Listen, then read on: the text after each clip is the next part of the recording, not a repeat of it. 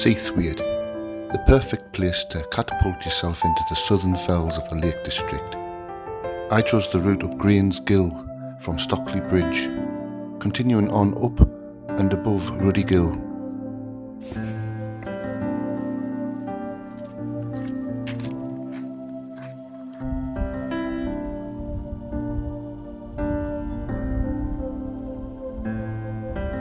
This route starts with a nice gentle slope, easing you gently into the walk up this beautiful gill. A lot of people take the route up Stye Head Gill, but sometimes it's nice to take a different route up. And this way is just a little bit more gentler on the legs.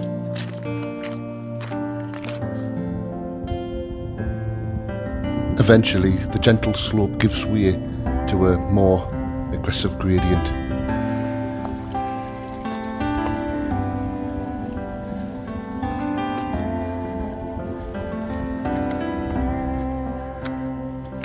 You will cross over a lot of little streams with crystal clear water, and they seem to be the same colour as a lagoon. I can imagine on a hot day you'd just want to jump in and go for a swim. Taking this route up, I was constantly reminded of my final destination. Every time I looked up, I could see Great End in the distance.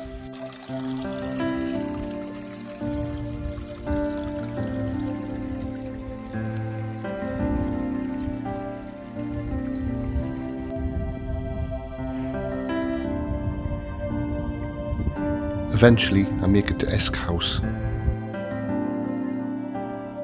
Here you can see Esk Pike, Ilkrag, and my destination, Great End. But first, I need to stop and get some water. Luckily, there's a nice little fresh stream at the bottom of Great End, just before you ascend up to the top.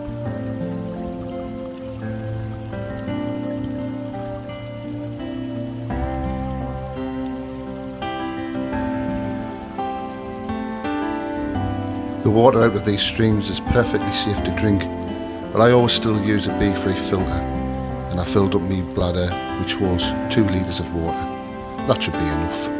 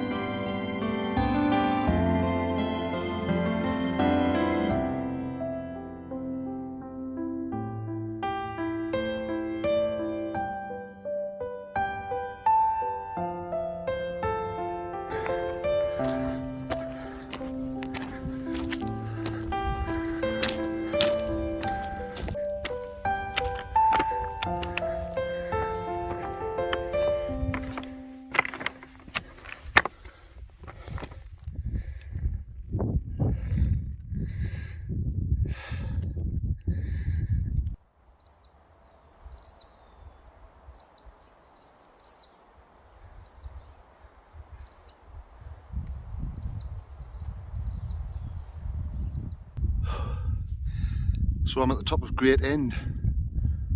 What a climb. I've been up here before, but I've never camped on here.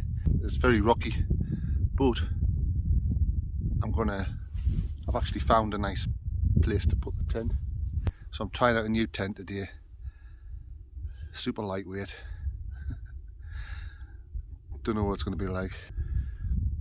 The reason why I'm so late is because I didn't get here till around about 3ish. It's now about 6 o'clock. Yeah, I've been up here a little while, but it took us about 2 hours to get up here, which is, it's not that good going, and I'm pretty knackered. So, but I have brought a little bit of alcohol, a little bit of whiskey, monkey shoulder I think it is, so I'll be supping that later. Nothing really exciting to eat. I have some Derry Lane ham, which is nice. I'll have some of that for my breakfast, and I've got some noodles and some smoky cheese. So I'm going to chill out. I'm going to put my tent up first, and I'll tell you about it as well. So this new tent, this trek pole tent, It's a bit like a Lanshan, one person. So we put these together and that's where it's going.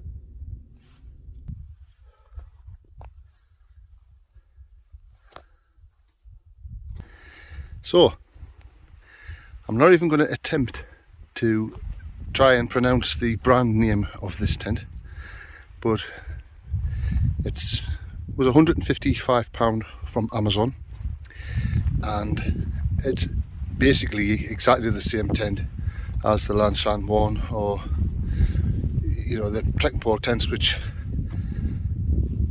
you can get.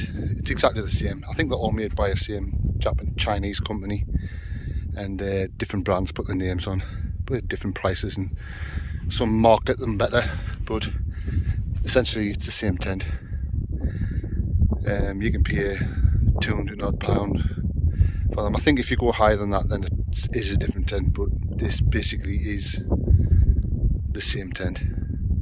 Fairly lightweight. I'll put all the specs up on the screen there for you. Weight, you can make it a little bit lighter, but I'll show you inside.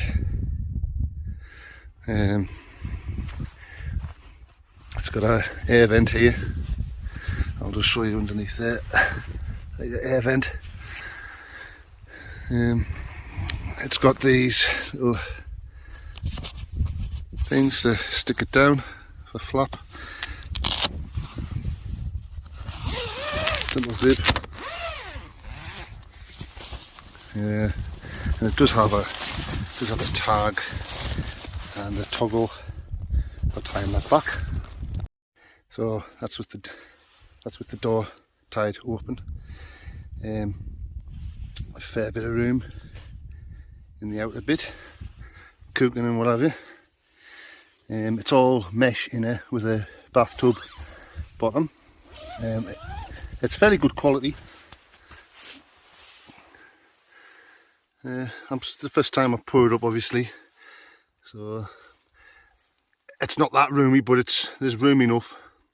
And it's all the seams are taped, including the ground sheet. I can't say anything about its waterproofness.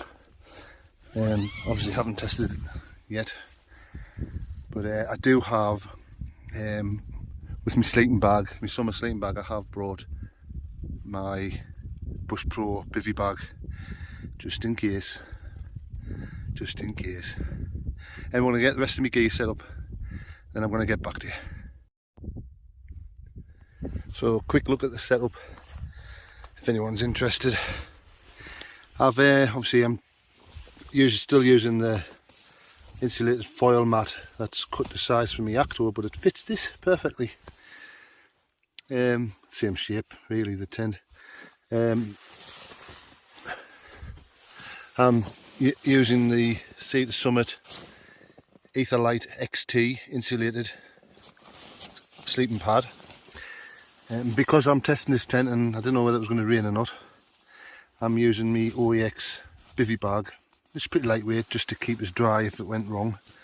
I'm using my summer bag, my down nature hike summer bag, and my little blow up pillow. Just a quick one here, extra clothes other than what I'm wearing, which is shorts with a compression pants underneath, and socks and boots, and a t-shirt. And at the minute I'm wearing my down jacket. This is what I've brought with us. I've got me merino wool base layer bottoms and top, a spare t-shirt, which I don't normally bring, but I brought one anyway, and just in case it was cold I brought another top, and obviously warm socks, warm feet, warm body, and a woolly hat, and that's it. The Acto that I use normally is around about 2 kilo. I wanted to get something more lightweight. Now this is around about 900 grams, which is just under a kilogram. And I suppose you could take out a bit of string and a peg or two, which I've got 3 pegs left which I haven't used, which will take a little bit of weight off. So you're probably starting 850 grams, which it's pretty light, but then you've got your trekking pole, which I always bring anyway, a trekking pole, so it makes no difference as far as weight's concerned. But the tent is about a kilogram lighter than the tent I normally use. But it's hard to come away from using a tent that you trust. I think this is probably for the summer, and I don't know what it's going to be like in the rain, and that's why I've got my bivvy bag. Up to now, I'm quite impressed with it. It's pretty good quality. The only thing I'm thinking about is it waterproof? It's got taped seams and it's silicone coated. I guess we'll see in time, because I'm going to use this tent during the summer and see what it's like, because it is a lot lighter. And I'm trying to make my gear a bit lighter, make the walks a bit longer and more enjoyable. The reason why I'm getting this tent and trying to make my gear lighter is because I'm thinking about doing the coast to coast, maybe in the summer if I can get the time off work. But that takes a minimum of 10 days to do. That's 25 mile a day.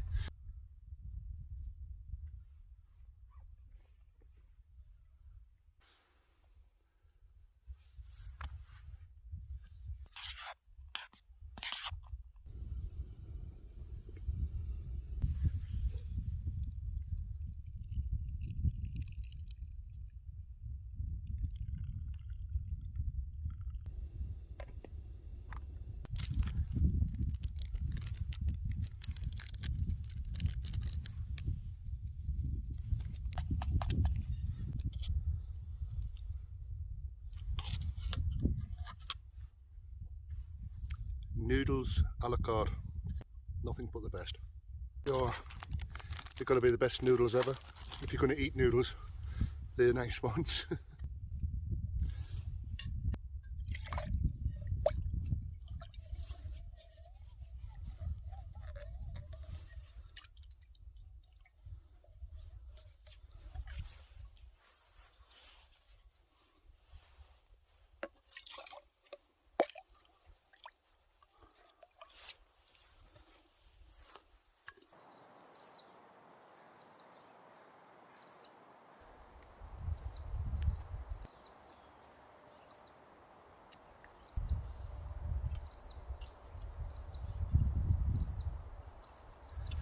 Nice bit of monkey's shoulder.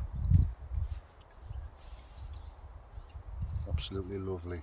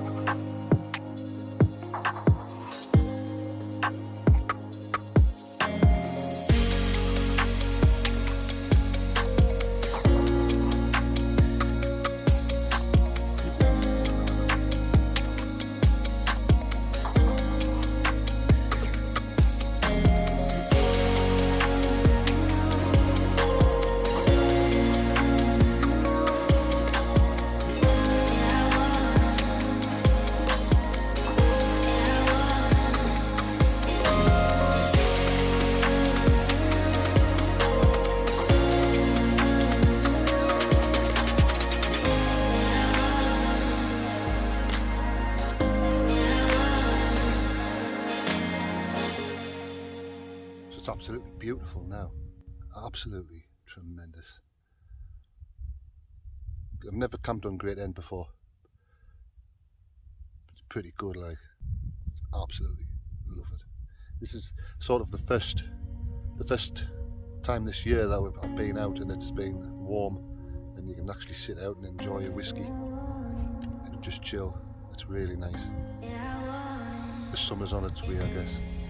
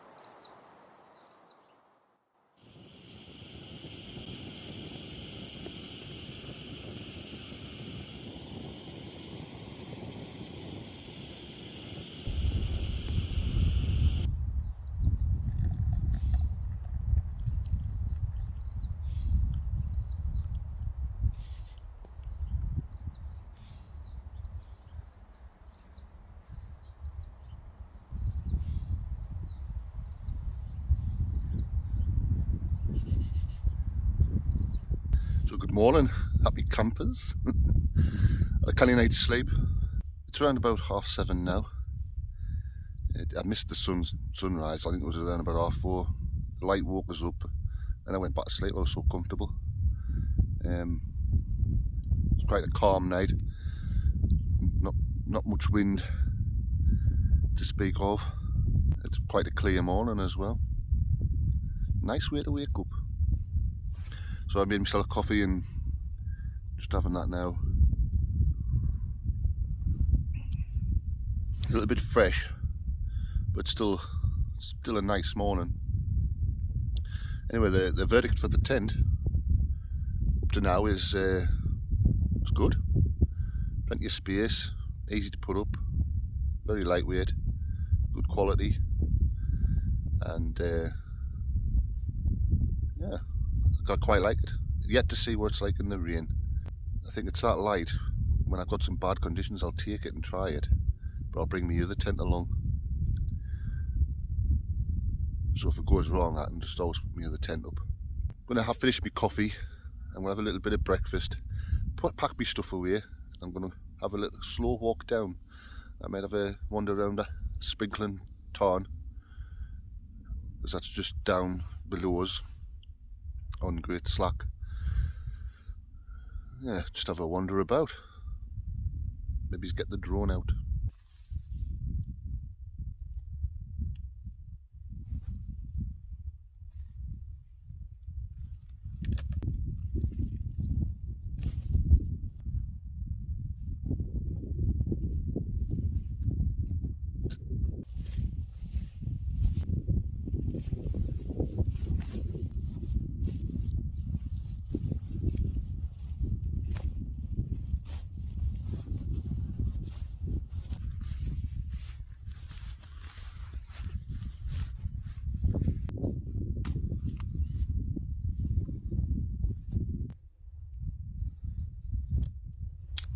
So I'm just about all packed up now.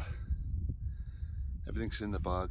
So as usual, it's a case of leave no trace, as always.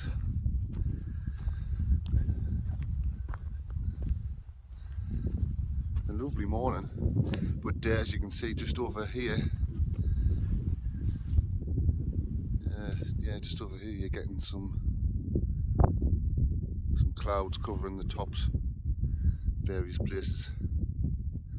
I think that's a pillar. Yeah, it's a pillar. And there's looks a bit murky over there as well. Anyway, I'm on my way down. It's not going to rain or nothing. It's going to be a nice day. think I'll go down a different way.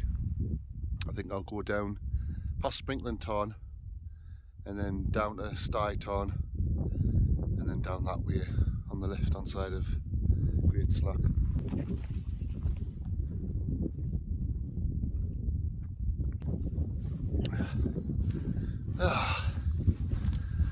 So I'm just going to come down off Great End and make my way down to Esk House and then along to Sprinkling Tarn. Just have a little look around. I'm a little bit chilly, but I thought I'd be bold and start cold, because I know I'd only be stopping to take off my jacket. I can always put it on if I get a little bit chilly if I stop, but it's starting to like cloud over up here, so it's going to get murky. Might even get a spot of rain.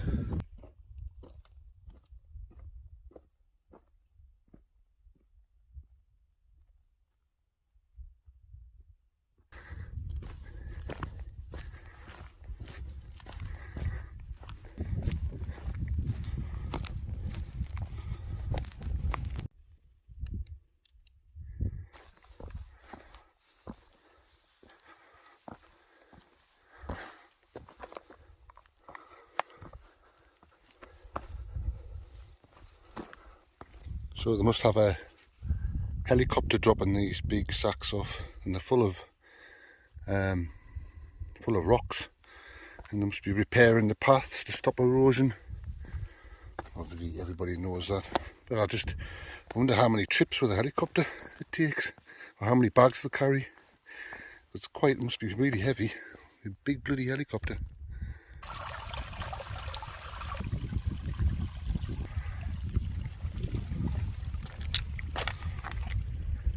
So there's Great End. We've just come down there, down this path, and we're going on to Esk House, just down here, and there's Esk Pike, which I camped on in the winter in the snow. It was fantastic, great place. I've got a video of that, so if you haven't seen it, check it out. It's pretty good.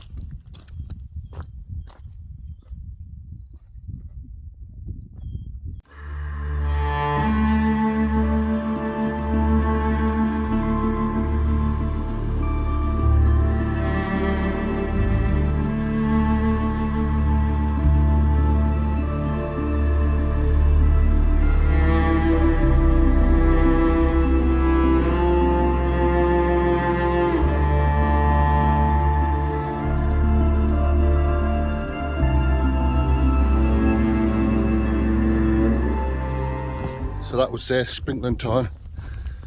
Lovely place to camp. Camped there a few times. Really nice. But I'm on my way down now. Past Stye Head. If you enjoyed the video, subscribe, it really helps.